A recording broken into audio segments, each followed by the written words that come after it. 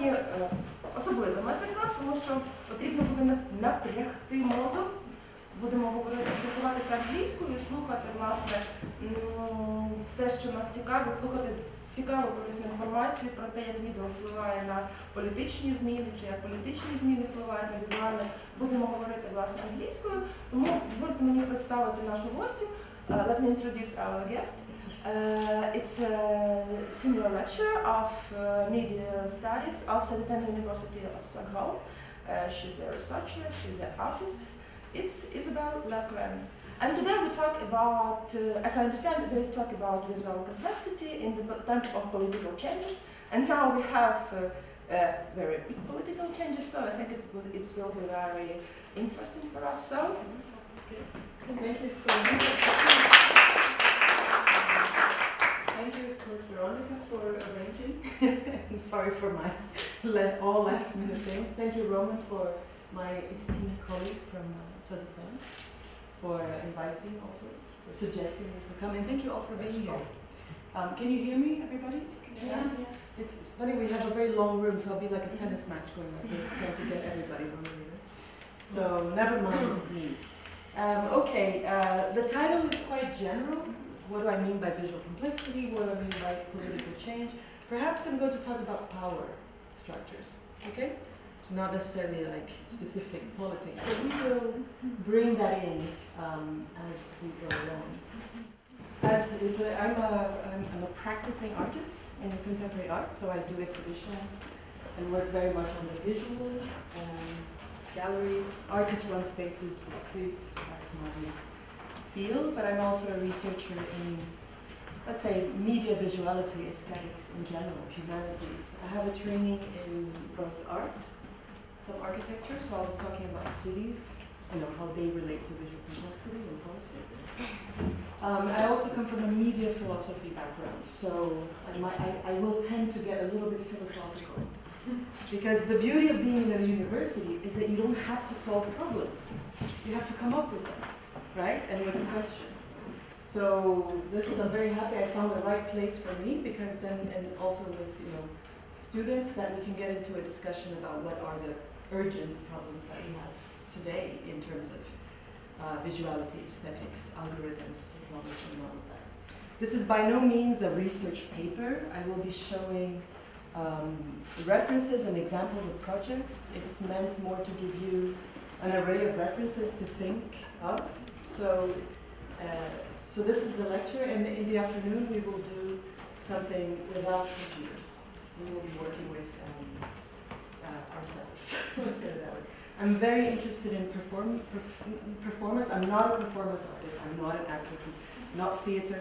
But I'm very interested in the performative and how we can think of technology and our subjectivity together with performative exercises. So we'll see how that goes. Okay? It's lovely that everybody will be included. So we will become not so much lecturer, student. I will be facilitator, participant. We'll switch that relationship. Okay? Okay, so I'm very interested in, like I said, in aesthetics, and I think what's interesting today to think when we are dealing with technology and media, social media, our compulsion to post things, to tell where we are, taking pictures. I mean, right now, this is nothing new, 2019, but if you look at 10 years back, this was new. So it's very, very quick developments which have not only social changes, subjective changes of the self, but we have seen, and I'm sure that Roman will touch on that very much tomorrow, how all of this is affecting political decisions and power structures. All from the macro level, like party politics and who gets to be president and why, but also the micro politics, our identities, our place in society, are we represented in technology? How much are we a part of producing technology, which is what's interesting for me. But anyway, I want to give you a background because I love media archaeology, so if you're interested in history, you're going to get a little bit of that as well. And I'll show you some examples that I find that anything from film to high tech to, it's going to be a collection of things. Okay, If you don't read Eurozine, you should begin to read this magazine. It's got very interesting essays, and just 4 days ago, one philosopher from Cameroon who's active in South Africa, called Achille Mbembe, who's a philosopher, a thinker of technology and also race studies. When we talk technology, race studies, we're talking necessarily about power structures, a critique of power structures. Who gets to be what in a society, who is empowered, who is not. And this is a very, this article just came out a few days ago, so I haven't had the time to belabor it very much. But I think I took some interesting quotes that I think he puts it in a way that's for me at least, clear to think about. So I start with this. The article is called Deglobalization, and I read: the computational is a force that produces and serializes subjects, objects, phenomena. So people, things that happen, events. But also consciences and memories and traces, which can be coded and stored and which are capable of circulating. Finally, the computational is the institution through which a common world, a new common sense, and new configurations of reality and power are brought into being and shaped. This world and this common sense result from the fusion of 3 types of reason, each subject to constant extension. Remember motion of Lewin, the extensions, right? But also augmentation, which are economic, biological, and algorithmic. And this, he calls it, a metaphysical phantom. Now next, a really philosophical technology, the idolization of technology. So this urges us to think of a step back. How much are we putting technology ahead of ourselves? Why are we trusting these technologies? We don't even know who makes them. Persons. You can go to Google website or who works there. Okay, that's the people who create those technologies. But how are these technologies created? So with this lecture, I want us to take us to be a little bit skeptical about technology and try to all the time evaluate where are you in this grand scheme of technical things. This is one of my, a foundational diagram in, let's say, internet studies and network cultures. This is a network diagram by Paul Baran. How many of you have seen diagrams like this in terms of visual complexity? Everybody, right? So nodes, flows. And Paul Baran was part of the RAND Institute, and he was the one who invented packet switching. Do you know what packet switching is?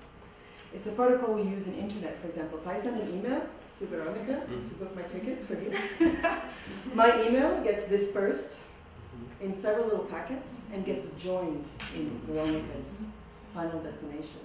So the network decides which is the faster path for all these bits to join in. Okay? So this is Paul Baran invented packet switching, which is still a protocol used today. Yeah, so some things are new and some things are not that new. So we're already 50 years, 55 years. And he created this structure to talk about centralized network. You see there's a central node and all the nodes are connected to it. Decentralized, where you have several central nodes, and then distributed, which has no central node. So when you talk about Bitcoin economies and all that, it tends to become distributed, how the packet switches and all that. But when you think about Facebook and Google monopoles, we're here, right? We're not here in terms of capital and money and who makes technology, we're there. So it's interesting, this is something to think about, I think. Maybe we're somewhere in between, but we'll see. This is a diagram of the internet. This is the first internet. This is what it looked, and it was called ARPANET. And it was basically a military strategy, So if, the headquarters, all the information is bombed somewhere, the information needs to also be somewhere else. So how does that work? So it started as a network in collaboration with the universities in the United States. Surely there's a Cold War story about this, so very exciting. I'm sure there was something similar in the Soviet Union, maybe we in the West don't get to know about because of this political polarization. But anyway, let me tell this side of the story at least. This is what the internet looked like This is a document that I don't expect you to read everything. I'm not going to read everything, but this is a timeline that I've created about the brief history of the internet. Because we talk about images and art and all that, but wait a minute, the internet has its own history. So I begin the software begins in the 1720s with encyclopedias and archives, and then I skip to 1945. So it's not by no way I just through my notes I just picked up the major events. But this is just for us to understand that the technology of infrastructure and software go hand in hand. So we have to consider all these paradigms. And when we do cultural analysis of the internet, we can't just look at selfies as photographs. We have to look at selfies as photographs in a platform that circulate, that are part of this infrastructural architecture that requires energy and power in servers based in the north of Sweden because it's cold, which causes climate change. Okay? Now I'm being very general, but just to see that more and more we need to understand complexity in a sense of this whole chain of consequences, causes and consequences. You follow? A little bit? So internet doesn't come until 1981. How many of you were born in 1981? Okay, yeah, everybody there. Okay, not a minority of us here. So this has existed in your generation, but let us say it's our generation that built all of this. Yeah, it's true, right? Year 2000, let's do a startup, new economy. Who talks about new economy today? That was a term, remember? So this is something that over the span of our generation, right, us who were born in the 60s, 70s, this is our invention. So I feel sorry for all the consequences it's caused to you, so it's up to you to resolve. It's your future. Anyway, internet is quite, as a consumer product, it's quite a recent invention if you look at that. In 2003, this is what the internet looked like. So from here, you get here in about 30 years, or 30-something years. And you can see already, if you can see, a geographical distribution. Yeah? Can you see? Maybe you can turn off the lights. Yeah? A little bit better. But you see there's some red stuff going on there. So if you look at Asia Pacific is red, but Europe, Middle East, Central Asia, America green, North America blue, and if you look at my computer, the blue is the majority. So here you already heard some just little geopolitical power relationships on the intensity of connections on the internet in 2003. Remember, this is before social media. So social media doesn't begin to happen until 2004. So that was the internet before social media. Of course, when social media comes, and right now, how many of you know people who think that the internet means social media? We know such people, yeah, that's right, but we are not those. Okay? Yeah, exactly. We're experts, right? Yeah. But if you think about how we're all experts. But if you think about how regular people conceive of the internet today, especially young people, they would say it's social media. Okay, social media is this part. Well, growing. Huh? This part of the whole internet. So it's important to also why is that perception? Right? Is it intended? Is it an effect of some kind of politics? Is it Facebook that wants to push their products forward? How shall we conceive of the internet today for our own purposes as scholars of this, as researchers? Anyway, Web 2.0 comes around 2004, and in 2017 or 19, yeah, we have in the past 2-3 years politicians with mostly conservative, who are being elected based on push campaigns on social media, so manipulation of algorithms. And then, of course, one interesting question to think about is the idea of neutrality. Is technology neutral? Is it? No, everybody agrees no. Nobody says yes. But then again, but a data set, an image of a sunset is a sunset. How would you categorize it differently, if not as a sunset? Well, depending on who you are, where you come from, your position in society, you might name it different things. And if you're a woman, whatever. Anyway, so I'll want you to talk a bit about this idea of neutrality as well, especially in the afternoon. So this is just for you to get a panorama. So all these very recent developments in social media are in the last 10 years. Okay? So it's extremely, extremely recent. So how do you research on something that changes all the time? Like you have an idea today, tomorrow it's gone. Well, this is another parallel for you to see. So does anybody know what MySpace is? Yeah, we know that. Oh, was it big here in Ukraine? No, it was not big. But you know because you read about it? Yeah. Okay. Basically. I know it because I had one. But anyway, so you see that the biggest number 1, 2, 3 in 2006, how many of them are gone today? Facebook was number 4, and now it's absolute number 1, right? And these figures are already older, changing. So Cyworld, which is, and of course there's like regional and cultural differences. So in Korea, for example, they use social media in a very different way than in the United States or, I don't know, in Poland or here. But so what happened to Cyworld, they became a media company doing more mainstream media, for example, in infrastructure. So how do you survive as well when these technological changes happen? But you see, for example, Instagram began independent and was absorbed by Facebook. So if you look at number 1, 3, and 4, it's the same owner. Okay? And then YouTube as its own market share, let's put it that way. And I didn't put Google here, but Google would be like number 1, between 1 and 2. This is the internet map in 2011, okay? And this is, there's 1,000 ways of looking at the internet. And this is a map, this map stopped at 2011, and you can go there. So, okay, I'm gonna be opening a lot of different sites and hoping that this helps. The map of the internet, thank you. So around the first 90s and the first decade of the internet, you had a lot of like independent people, like artists, media activists doing their own ways of visualization before everything went super commercial. So there was kind of a utopic idea behind it. Now it's a bit more difficult to do these things. It's easier because you have more open source technology, but it's more difficult because the monopolies are very, very strong.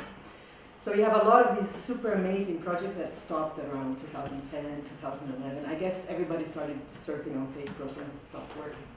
But anyway, so here's a map of the nodes. The bigger node there in the middle is Facebook. The other one is Google. And let's Google the Ukraine here to see what we get. Okay, this is google.com.ua in 2011. Let's see, number 1 in Ukraine, but 325th in the world. So 0.357% estimated percentage of global internet users use it. Okay, so yeah, so maybe it's an interesting perspective. Okay, then there's other sites, but let's look at the Ukraine. Let's zoom out and see. Remember where you are, that little opa? Uh-oh, where are you? Oh. So the Ukraine in this entire ecology is here. So this is the size of Google Ukraine, and this is the size of Google, number 1. 50% of internet, percentage of global internet users.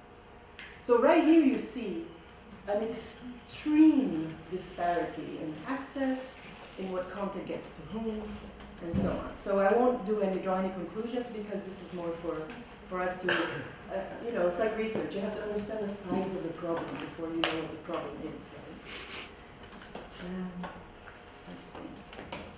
Yeah. Then there is another thing called, now we have a web, that's a visible web. Then we have a dark web, okay? This is a mapping of the dark web called the Hyperion Gray map. It's just, all visualizations are only possibilities. You can look at data in so many ways, visually as well. So these are also, it's like an artwork. It's a version of something. It's not the definitive visualization. But this, the Hyperion Gray map of the dark web, then shows a map of the dark web. And here you start seeing also this visuality of nodes and pages. Now what happens if we go a little bit closer? So the dark web, what happens in the dark web? Illegal stuff, basically, right? Or secret stuff.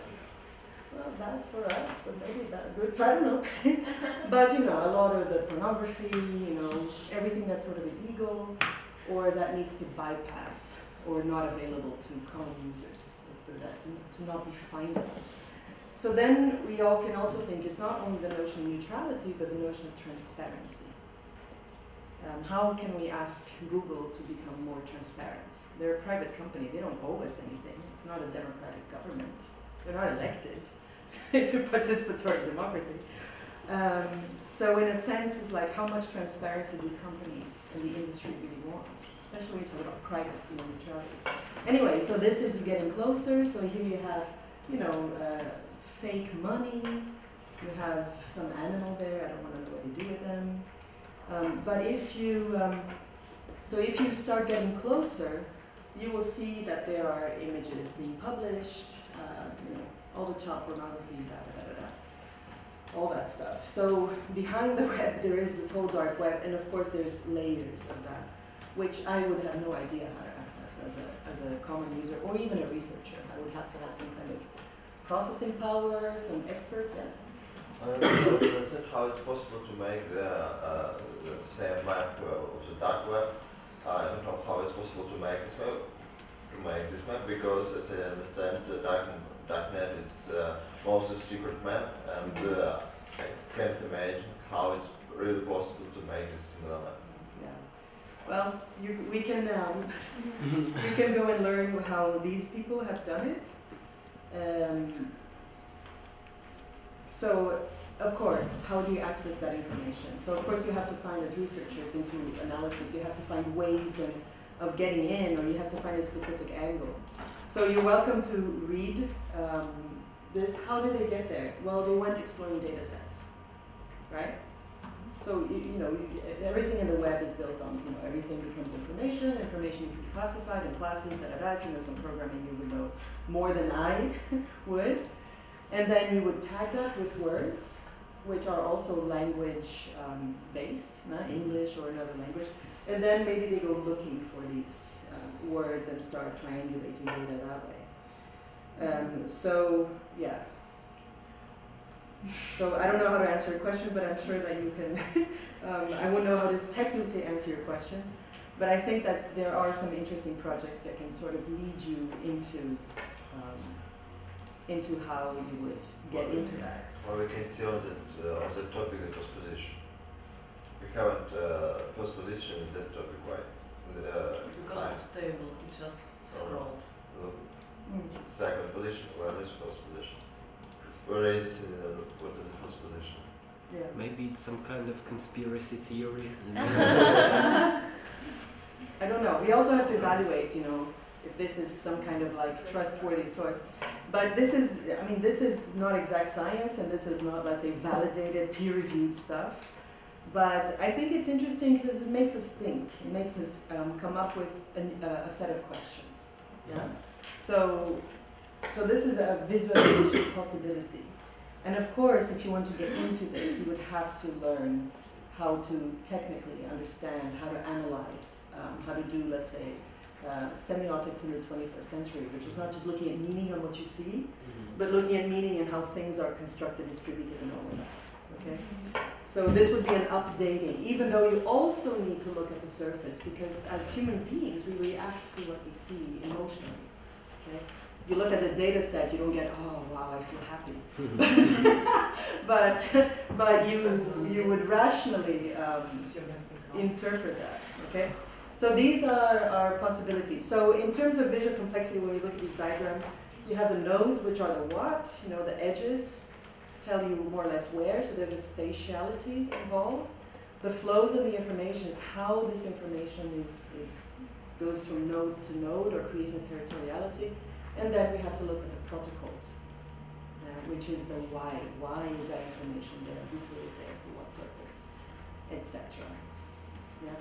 And again, the notions of neutrality, accessibility, transparency are very important to be discussed at depth.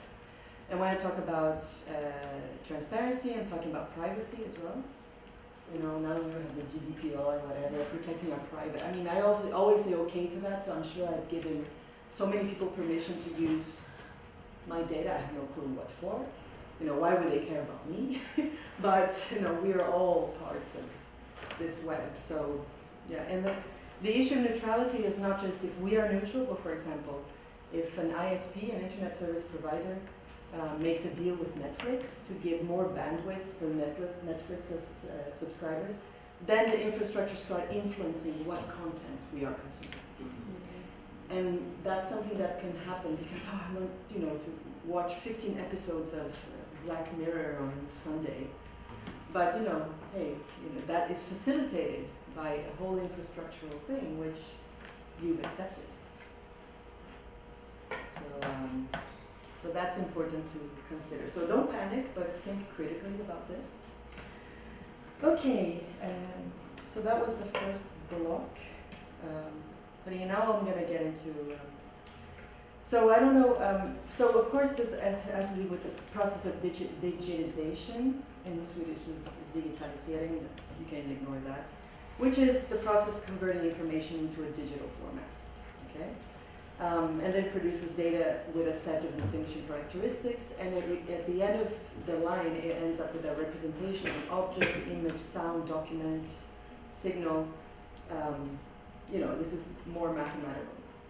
I don't know if you know Ada Lovelace, the first programmer, also a woman, in the 1830s. She wrote, let's say, an article on the analytical engine that based on Charles Babbage's the big machine that would compute to make simultaneous calculations, complex calculations. Now, she was the daughter of Lord Byron, the poet. Okay, he was not a great father, you know that. He was quite absent. But I think that genetically, he passed to her, at least, the notion that she was thinking, okay, if a computer or a machine has the capability of doing all these calculations, then she was thinking, wait a minute, how do we, because she was also a poet on her own right, so she was thinking, how can individuals relate to technology as a tool for their own subjectivity? And this is something we talk about today in the 21st century, 200 years later, but somehow the 20th century sort of skipped that part. Somehow. Now we're picking it back up now. So I think this is a very interesting reference. You can look at it, inspire yourselves, or do artistic projects on this. But I really like the notion of a poetical science. It seems contradictory, but maybe it's not. So thinking about the machine as beyond just calculations, but because the Babbage and all the other, now I'm going to be a little bit radical. The male inventors were focused on the technique, the potential of that, which is, of course, fundamental. But wait a minute, what is this other thing? So how can we together contribute for creating machines with conscience, maybe? Subjectivity? Can machines make art? Okay, there's another bit esoteric reference in terms of the binary code. We heard of philosopher Gottfried Leibniz. He was quite interested in Eastern philosophy, which we then called Eastern. Today we would call, more exact, Confucian or Zen, blah blah. But the binary code is actually inspired in part by the I Ching hexagrams.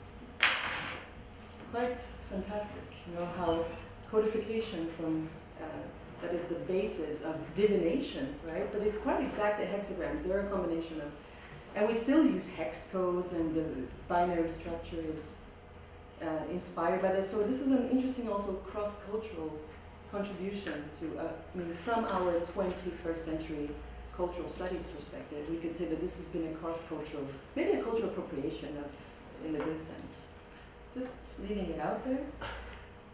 And with all of this,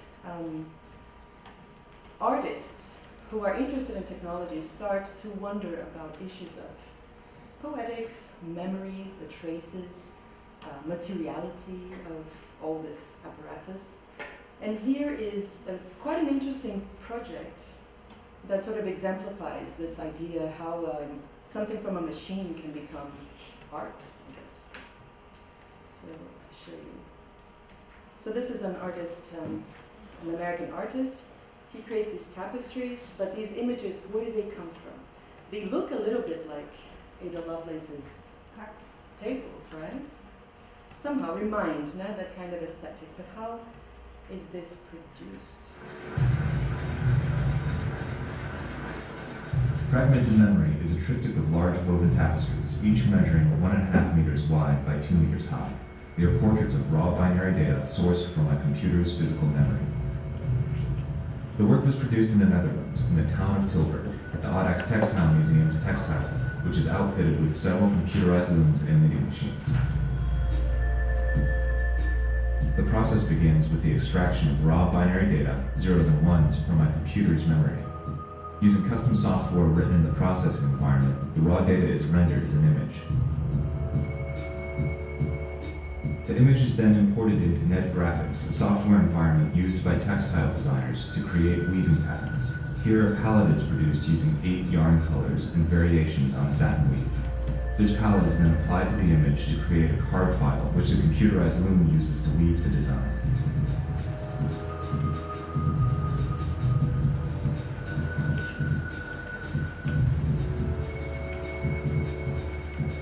Textiles have long been used as media for imagery, but are also closely connected with the development of automation and computer technologies.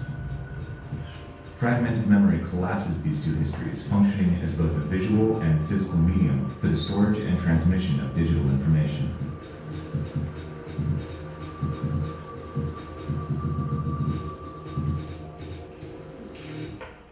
So this is one of, I don't know how many similar projects exist in terms of, understanding our memory, our computer's memories. Take a motherboard, looking at the materiality of the internet, transforming that into something to think about that's a bit maybe eternal. But this project is interesting because it takes the Industrial Revolution, which is very much based on textile, the British textile industry. If we look at how we normally learn about history, which we learn about the empire, right? And then, somehow all the other countries are in suspended animation waiting for the empire to look at them. I come from Brazil, so we know the feeling. I'm sure you recognize this maybe in your own Ukrainian history, right? But in any case, granted that, it's interesting to see how the textile industry, raw materials, something like cotton, wool or something, which is so industrial, the base of the Industrial Revolution, comes back in the technological revolution, digital revolution, and materializes in another way. So, like they said, it's automation, mass production, but also weaving is code. I think in some schools that have the Waldorf pedagogy, they use weaving as a way of teaching programming because you still have to calculate, You're still dealing with a pixel kind of structure. You have to count how many knots and all of that. So I really love when, these super ancient technologies, which are the basis of all our civilizations and societies, still reverberate in how the craft that we do today. So history is quite continuous. We can also look at a series of ruptures. We can look at it both ways. But for me, this is the resonance. I'm sure that you must have seen other things. So then we start thinking, is database a cultural form?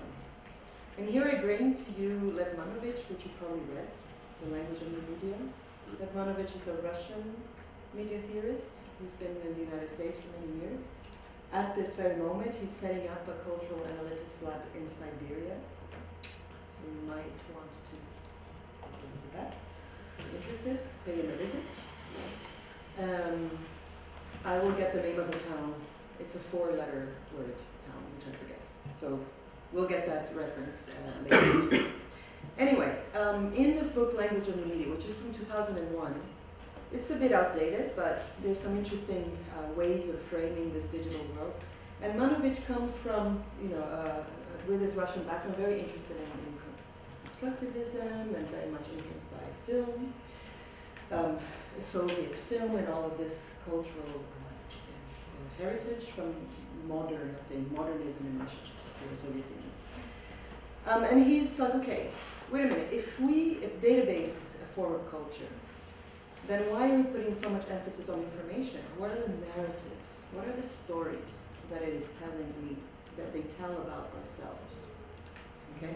And how do we make sense of all of this? Because our brains can only compute so much, right? Even the root of the word aesthetics means, we say, it means beauty. In fact, it means order. To order.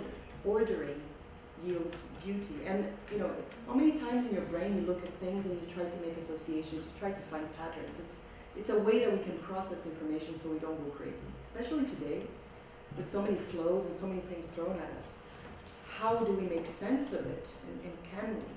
So the issue of meaning is very important. When we talk about culture, we're necessarily talking about meaning making, interpretation. So yeah, what does it say about me? What does it say about us? About our society? Is there something called a digital civilization? Again, these are questions. Now I'm going to use an example that you may be familiar with. You know, what does this cultural analytics and narratives, how is this in practice? So at least let's look at how Manovich has been looking at it, and then I'm going to show you a couple of examples using film archives as a database for constructing these narratives. So I'm sure you're familiar with Man with a Movie Camera. I'm sorry I don't have the title in Russian, but it will come up in the film.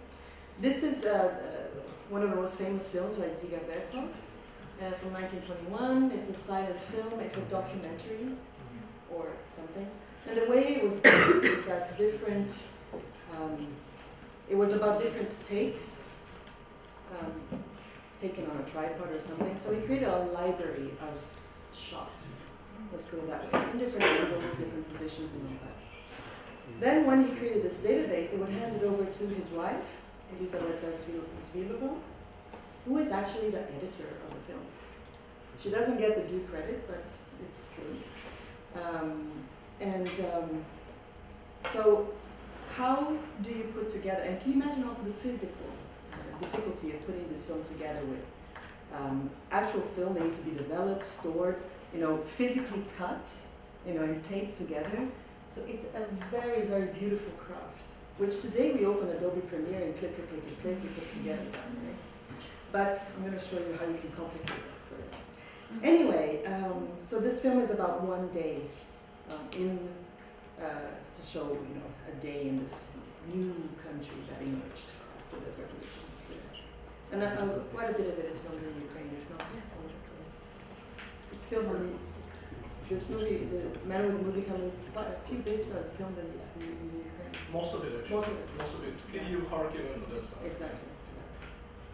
So I'm going to just remind you, just watch a couple of minutes of it, and then I'm going to show you how contemporary interpretations of this film. So bear with me, you're going to...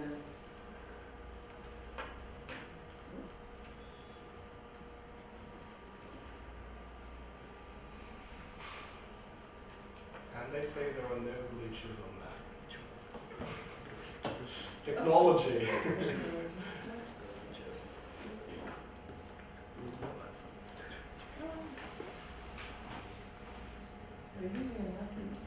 Yeah, of course. I'm experiencing this all the time. Okay, wait a minute.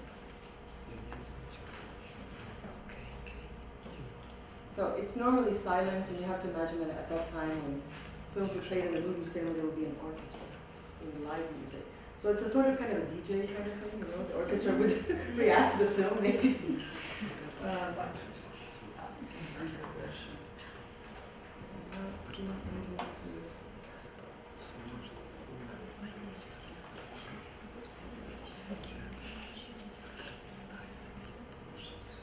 Let me do the following. Okay, I will not necessarily need you to watch, because you're familiar with this, right? Have you all seen this?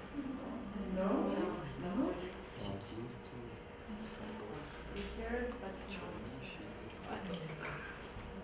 This is probably the single best known Ukrainian film worldwide, actually. Yeah. So, for example, if you go to Stockholm and you decide to go to Moderna Museum, which is one of the leading museums of contemporary art and modern art in the Western world, you will see an entire hall, exhibition hall, which is dedicated to this film, and it's screened there in a loop, you know. So, well, of course, it's like written everywhere, like it's Russian, Russian, Russian. But I mean, Ziga is not a Russian word, as we know. So, yeah. So watch this film and spread the knowledge about Ziga Verto. This film has many, many interesting things. If we were doing a film course, and which, by the way, I teach a film course in the fall, in Södertörn, which is called Visual Narratives. And so if you want, you can take that course, we'll talk about it.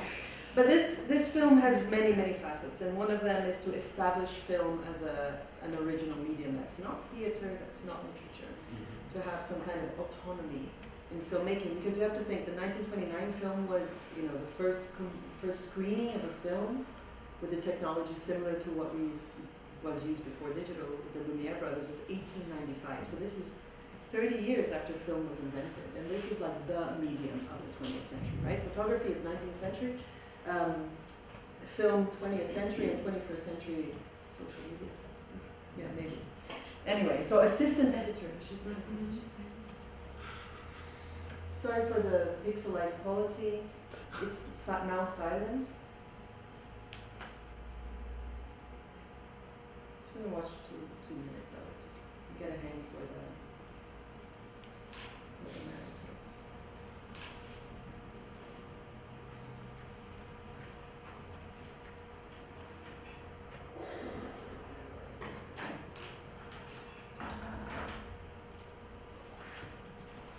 There are some versions on YouTube where you can have it with music, but the film sound was not invented yet.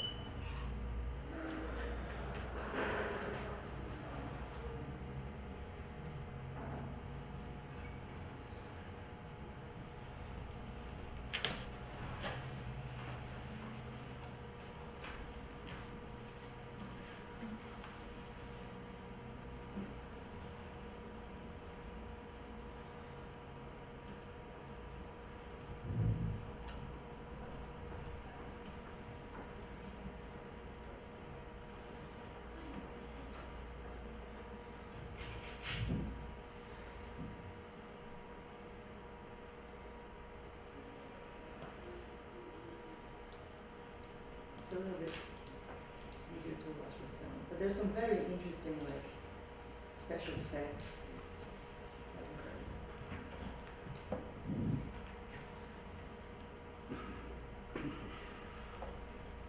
Going to the movies in the Ukraine in the 1920s.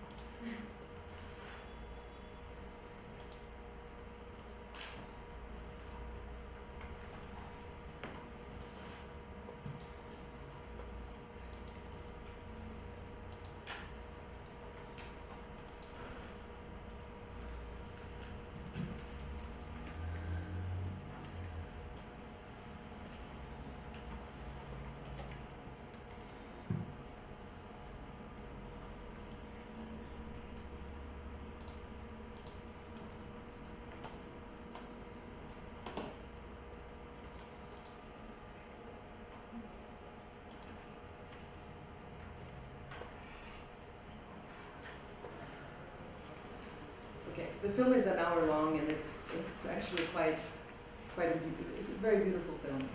But anyway, you understand the situation, right? Okay. So taking this idea of database, okay, as a database imagination,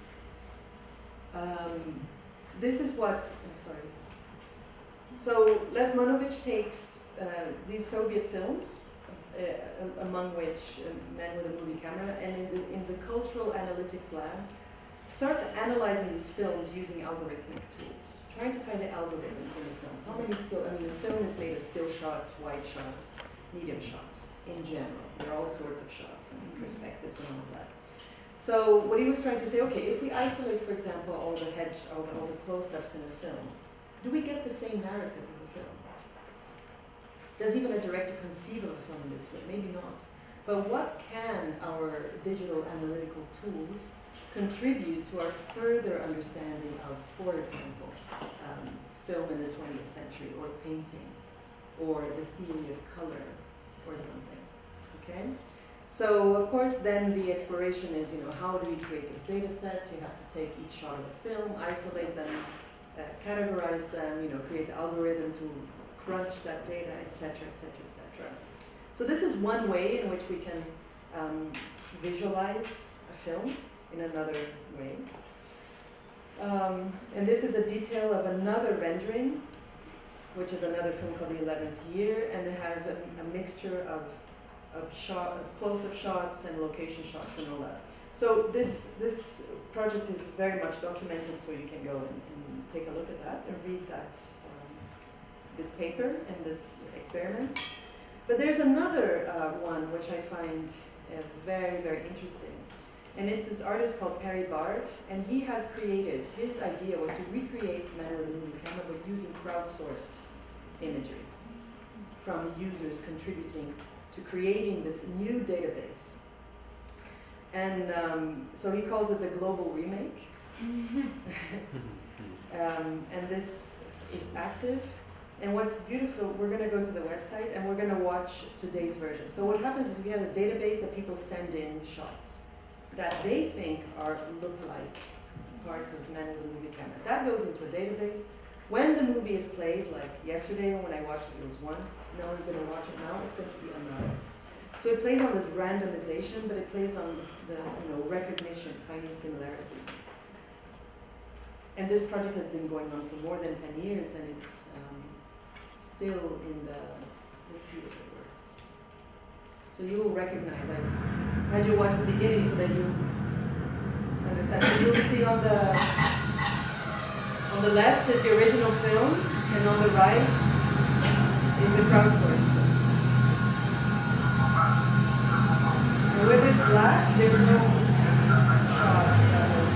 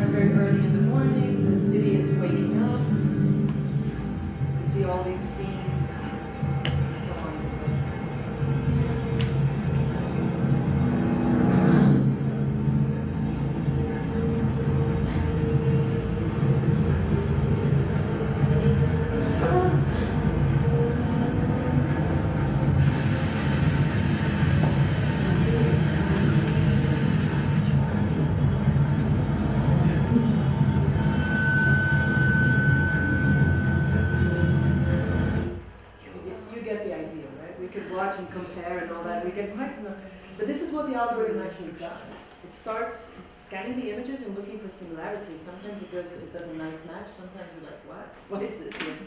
But it's somehow how the algorithm is built. But I find this a really very interesting experiment in filmmaking using existing databases. I'll show you another example. This is an American artist called Natalie Bookchin. She has used YouTube videos, so large databases of YouTube videos. So let's watch a little bit of this and see, and then you can tell me the difference. I think I might go with 12:30. Is that okay? Yeah? Will we set the end at 12? 12? Yeah, well, I still have a bit to show.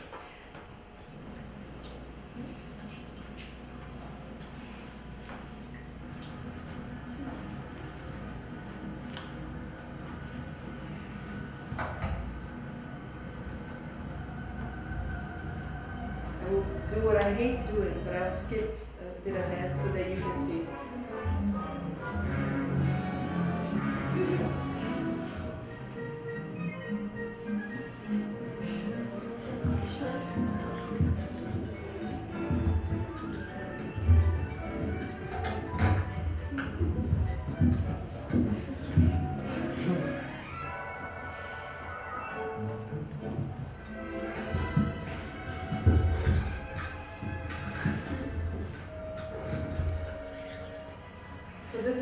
This artist shows us in museums and installations, so you get to see this very large in a room, different projections, multi-screen projection.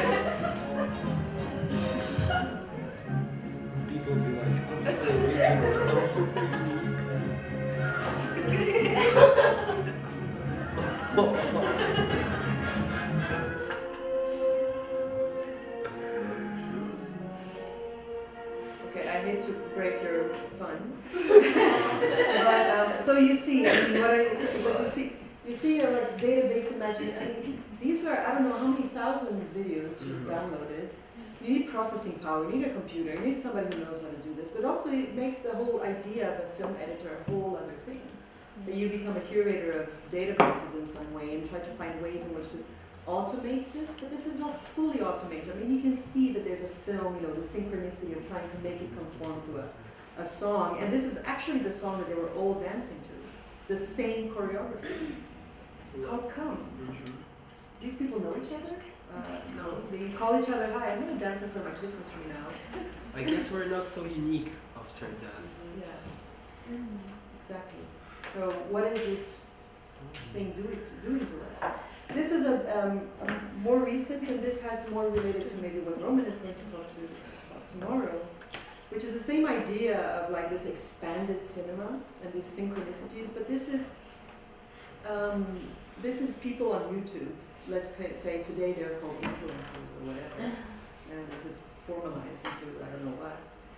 But this is in reaction to, you know, people, regular people becoming experts and beginning to polarize opinions. And thinking, you know. So in the United States, you know, racism, at least in my part of the world, Brazil, United States, we've had hundreds of years of slavery, so there's a big legacy of that, and racial oppression, there's a huge problem, and it's still very much unsolved. So Natalie Bookchin took the same principle, but maybe looking at it, you know, what are people saying in terms of being the effect of fake news, or, you know, how is this public debate spiraling out of control, or I don't know how. So this is a short clip about this installation. This could have turned out differently had things not progressed the way that they had. But before we jump to conclusions, we need to make sure we have all the facts. Let's just look at the facts. This dude, who also happens to be a black man, He's no blacker than I am, really. I mean, if you look past skin tone. I don't know what race you are. No one knows the first thing about it. Even his name is a mystery. You gotta show your ID. Physical name, what is it from? I want to introduce the actual birth certificate. What is the problem with that? Here's my birth certificate. he may or may He not. wasn't born in the US. Where is yours? He doesn't know if he's black or white. I don't see any proof. There are a lot of questions He's just as much white as black. He needs to be black. as to whether he is or he It's isn't. one a joke. He needs to understand the language of the streets. Like, this makes me ask, He is a mask. what, Is he a fraud? what type of black According to man him, he's born. says that he's 56% white, he's supposed to be a friend of black? 50% you think that is black and 50% is white. So he's more of a white guy. He even said so himself. He never ever You know, he's intended on embracing us. Oh, this guy's one of us. I haven't seen any evidence. We have no proof. Do we know who this man is? I don't know who that motherfucker is. Do we know what he does? What he got to Yo, do? What is he trying to do? break it down. Yo, don't lie to me, boy.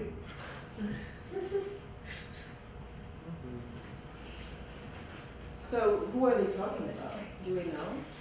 Is how we are beginning, or we as a global collective, talk about the other, right? How we refer, you know, how black is somebody. And then I don't know if you remember, this film is from 2012, but in 2017, remember when Trump started questioning Obama's blackness?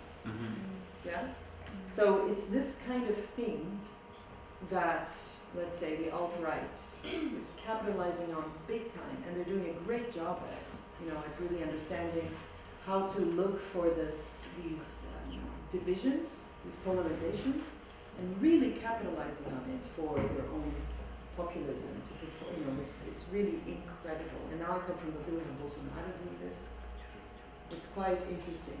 But I don't know if you remember this polemic about, you know, how, you know, oh, he's because Obama has a father from Kenya and his mother is American. He's half white, half black, and the white people don't think he's white enough. Black people don't think he's black enough. So you know who. And in reality, most people in the world, or at least are mixed. So why, you know? So we all are one and the other, right? So where does the line go, and why are these divisions, or how is this reflected in our media consumption, how we're producing technology and all of that? I don't know the answer at all, but this is the phenomenon that happens. Okay, I'm gonna try to brush through this. Maybe about 15 minutes? Okay.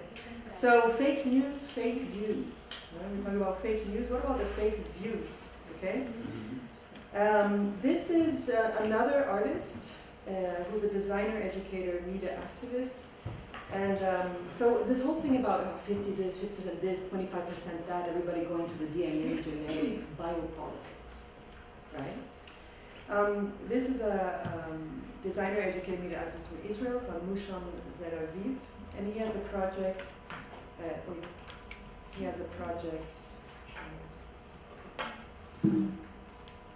Called Normalizing normalizing, I think it's normalizing technology. I don't know, again, I'm just quickly going back to Alan Turing. Do you know Alan Turing? In the 1930s, British mathematician Alan Turing studied normal numbers, and during World War II, he cracked the Nazi Enigma code, and then laid the foundations for computing and artificial intelligence. In the 1950s, he was convicted of homosexuality and was chemically castrated. And in June 7, 1954, depressed by the anti-homosexuality medical treatment and alienated by the society who deemed him abnormal, Alan Turing ate a cyanide-laced apple. In the following decades, many of Turing's ideas have materialized through the digital revolution, while many of them are still being researched. Inspired by Turing's life and research, we seek to finally crack the greatest enigma of all. Who is normal? The Turing normalizing machine is an experiment in machine learning using social pattern recognition that documents, analyzes, and charts an aggregated image of the normal human being. Participants are presented with videos of 4 different people and then help teach the machine by selecting the most normal of the 4. The person selected is examined by the machine and is added to its algorithmically constructed image of normalcy. The kind participant's video is then added as a new entry on the database. As the database grows, the Turing normalizing machine develops a more intricate model of normal appearance and moves us closer to our research goal. It is needless to say that the results of this research can be transformative to a wide range of fields and applications. From advertising to politics, from human resources to online dating, from healthcare to security. We're already seeing some exciting results, but the machine only knows the communities it is exposed to and can only tell between the people it already met. The Turing normalizing machine is eager to learn from a wider and more diverse audience, and we would love to collaborate with you and the people around you in making it happen. Thank you.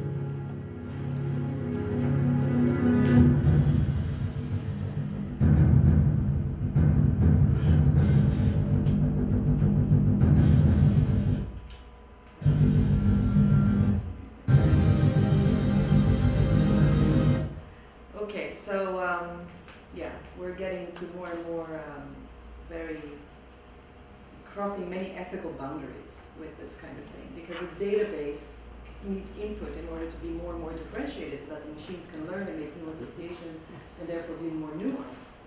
But if you put into a database that normal is the typically white person or as a Western person, then what happens to the identification of people who are not categorized as such? So this is nothing new. If you read Foucault, you look at the society of surveillance. The biopolitics is actually the term that comes from Foucault. The society of surveillance is absolutely nothing new, but is augmented by these technologies. But at least this has an ambition to look at real people, real faces, right, and then make it as comparing real people. What's been happening is that if we can take real people, then we can probably merge them, or we can take other people and put in substitutes, right? So when we're talking about fake news, you can do the same thing with images.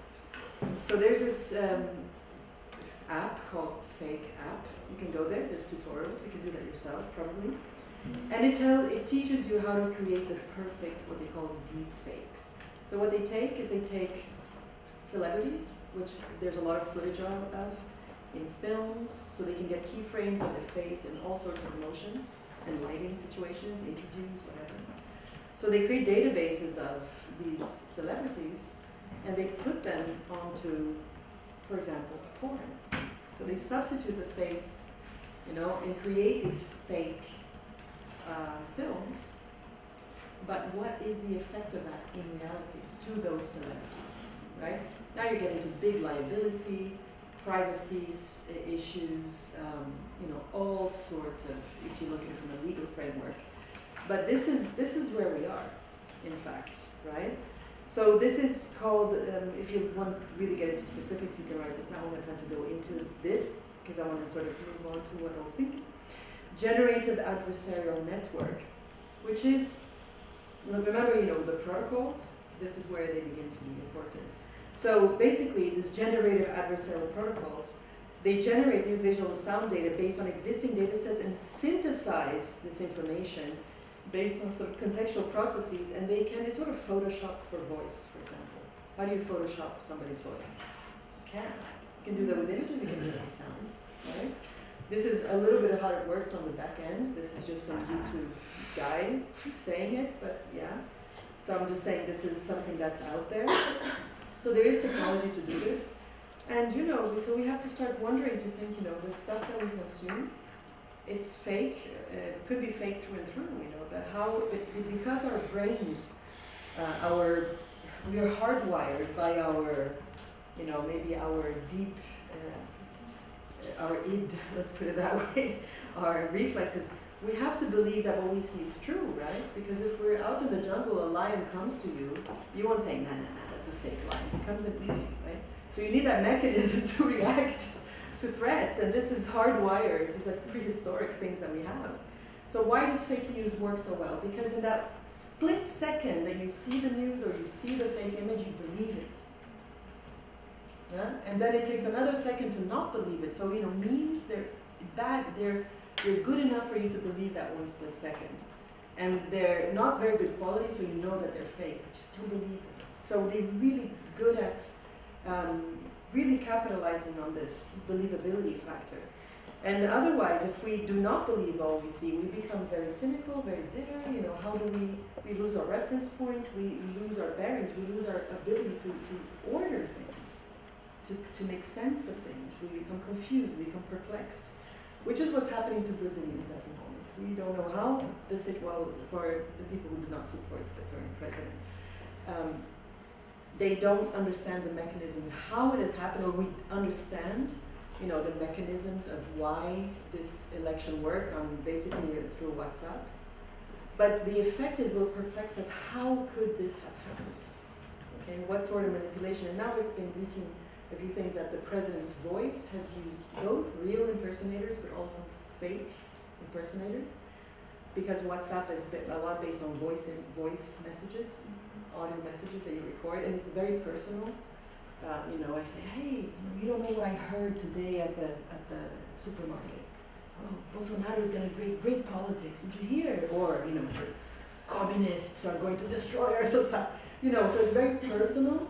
And of course, if you recognize a voice, you begin trusting that. But what if it's a robot that's doing that, or a very, very good fake app impersonator? There we are. Yeah? So how do we know, right?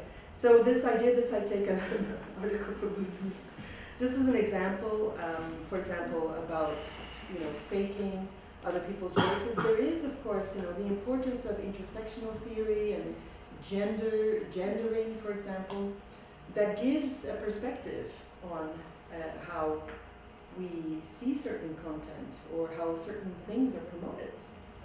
You can see in the media, in journalism, but also in social media, in visuality and all that. There are a few other things I wanted to cover. Okay, so don't panic too much, but we have to be very, very critical of this state of affairs, you know. For example, how many of you think about cybersecurity? A lot of us. Do you take active stance regarding to your, do you use Facebook? I would say it's due to this lady right my hand. She's like responsible for cybersecurity, and we had a couple of events when, in order to like raise our awareness level. But I wouldn't say that actually we take like some particular actions, but at least we're aware of them, and maybe like some percentage of us actually used some extra software to make ourselves more secure. Okay. So as people studying media studies, you are probably better understand how that works, right? Yeah, better than average, but I still wouldn't say like we're super aware of it. For example, how many of you have Facebook accounts? All of us. All of us. All of us. Have you read the privacy statement? Did you put your phone number in there? I have your email? The place where you live, the city where you live, where you were born, where you went to school? No? Sure, they encourage you to do that because you know there are a lot of notifications and they say you're like, wow, help friends find you and so on and so on. Yeah, but I've deleted my phone number recently. Sorry to inform you, but it's already there. Yeah, I understand. And if you try to delete the Facebook account? I have tried. Yeah. It's impossible. They make it particularly very unuser-friendly interface. You know, with very small print. They make you do the 17 steps and accept I don't know what terms and conditions. And then at the end of the day, you get so tired that you end up staying. Sometimes Facebook blocked my account. Okay. I don't know why. What were you doing on Facebook? Nothing. No, why is it blocked? Because I don't know. I don't know too. They don't tell you. why. Yeah. Their algorithm spotted something. Just one. Can I just intervene with just Yeah, one sure. more question? Yeah. Have you ever thought about where your data on Facebook could be physically located? On Earth? Physically. Yeah. Everywhere? Pardon? Everywhere. Everywhere. Yes. But there are specific places where Facebook keeps their servers. And chances are quite high that much of your data is actually stored in Sweden, in the city of Luleå, which is just beyond the Arctic Circle. So it's very cold there, and they don't have to spend on ventilation and cooling. So it's very close to where I spend a lot of time because I'm working partly at the University of Umeå. Umeå is a city close to Luleå in northern Sweden. But of course, since it's unlikely that your profile is stored in just one place on one server, so it's quite likely that part of it is somewhere in California or in the US where they have another big server plant or storage, and at least some of your data is most certainly in Sweden. Or soon in the Arctic, where you have cooling Yeah. power. Yeah. So climate change and technology is huge, huge, huge. This will be a whole other lecture about battery life, you know, about mining for new minerals. Yeah. That comes up with neo-colonial politics and so on and so forth. Yeah. Anyway, quickly. So let me tell you about the good side of all of this. Okay, there is hope. There is hope. Okay, but our world now is this, you know, tension between freedom and security, fear. Right. This is a beautiful project about storytelling, remember narratives. I recommend you to take a look at this website. It's an interactive map about a refugee camp, which is the new city of the new urban form of the 21st century. Okay, there's so many people living in refugee camps right now that they become full-fledged cities. But what do we know about them? So this is an award-winning project.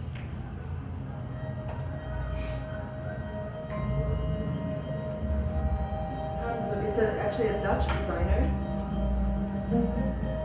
So this is the camp in northern Iraq, 60 kilometers from the Syrian border. 38,000 people was planned for. People sitting in front of tents, waiting for help. This is the everyday image of life in a refugee camp. But most refugees spend years, even decades in a camp. They all arrive with only the shirt on their back. They all receive the same housing supplies. And then they start their lives here. Welcome to Refugee Republic.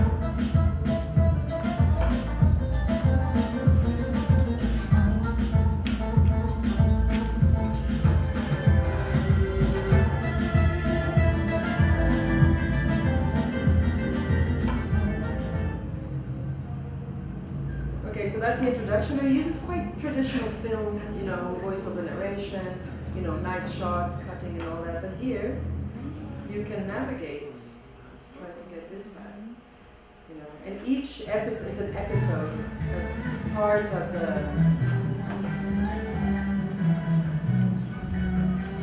And then, for those of you who love programming, and look at this, it also combines drawing with photography.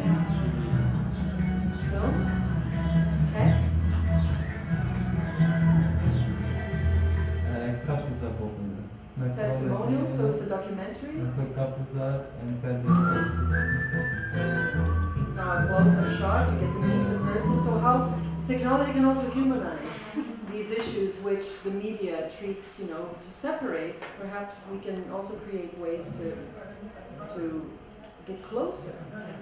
So I recommend you, I can also put this, give you the PDF, you can put it to the students. Let's see.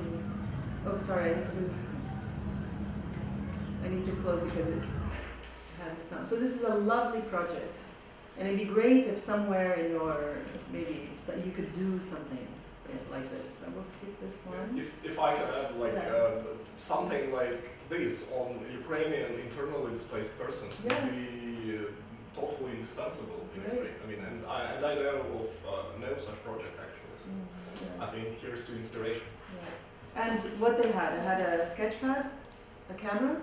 So just learn to film and take sound. And then how you put it together, how you map it out, that's the experience part of it.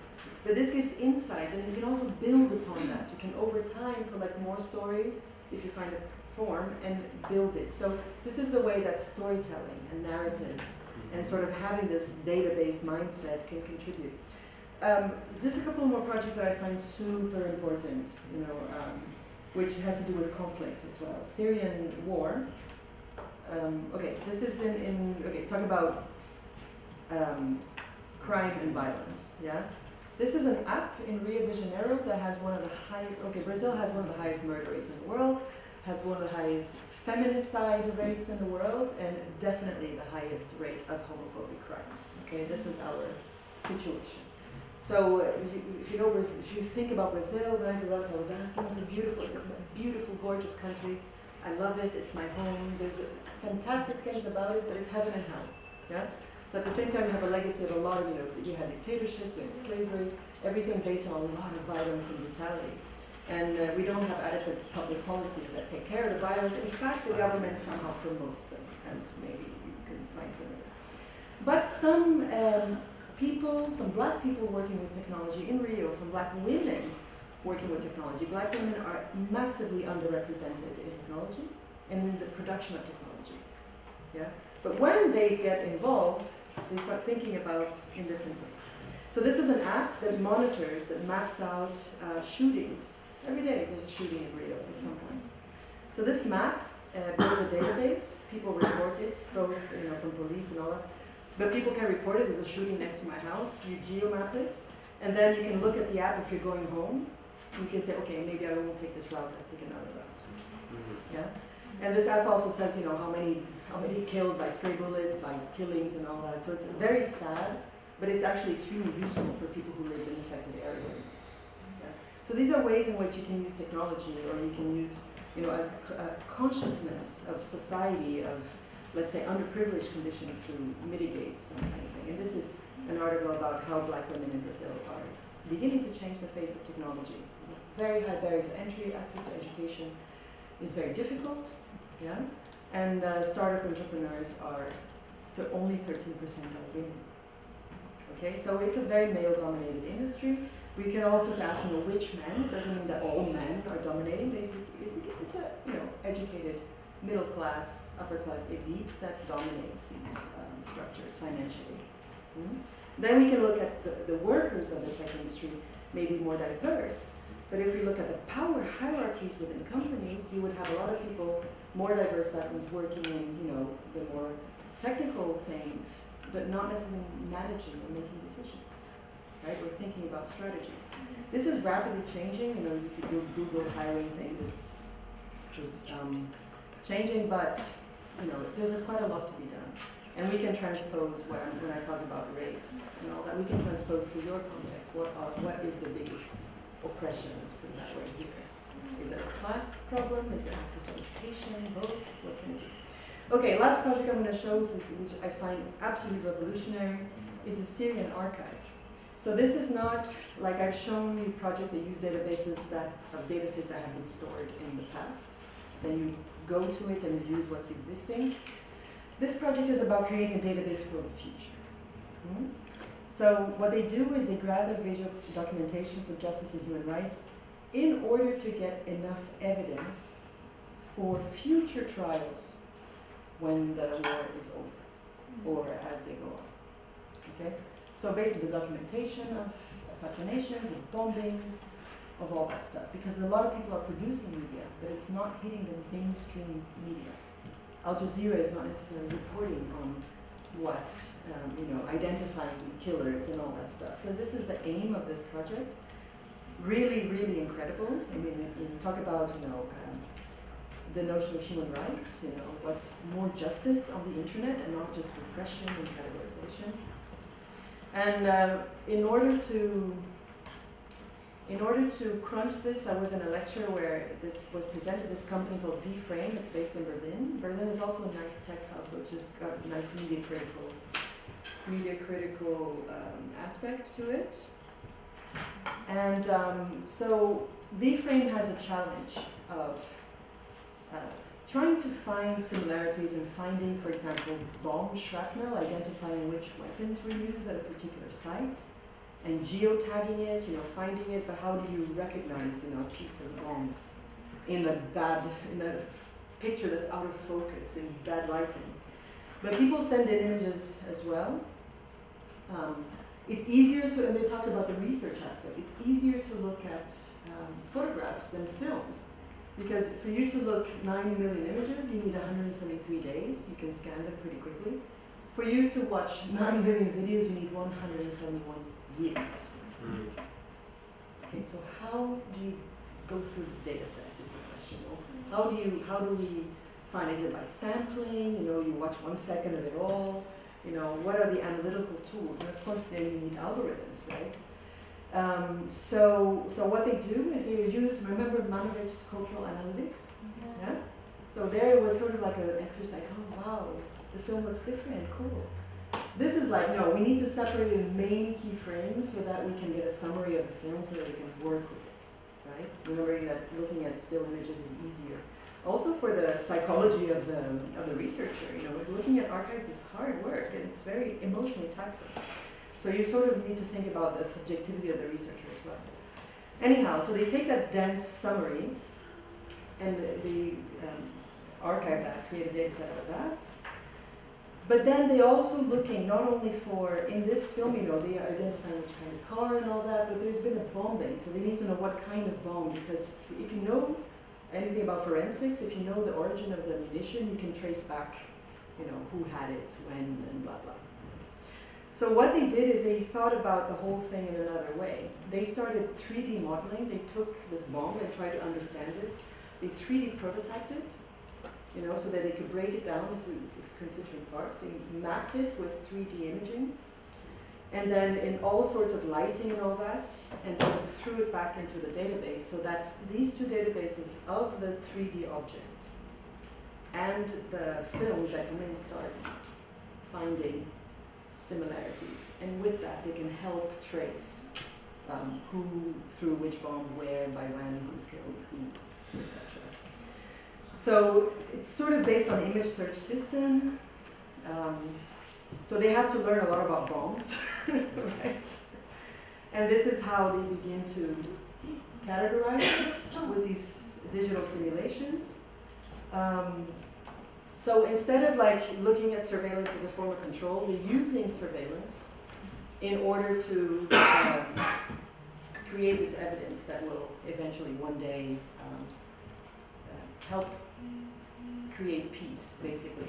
So it's using the tools, so what the Audre Lorde has a beautiful saying, what is it, that you will topple down the master's house with the master's tools, right?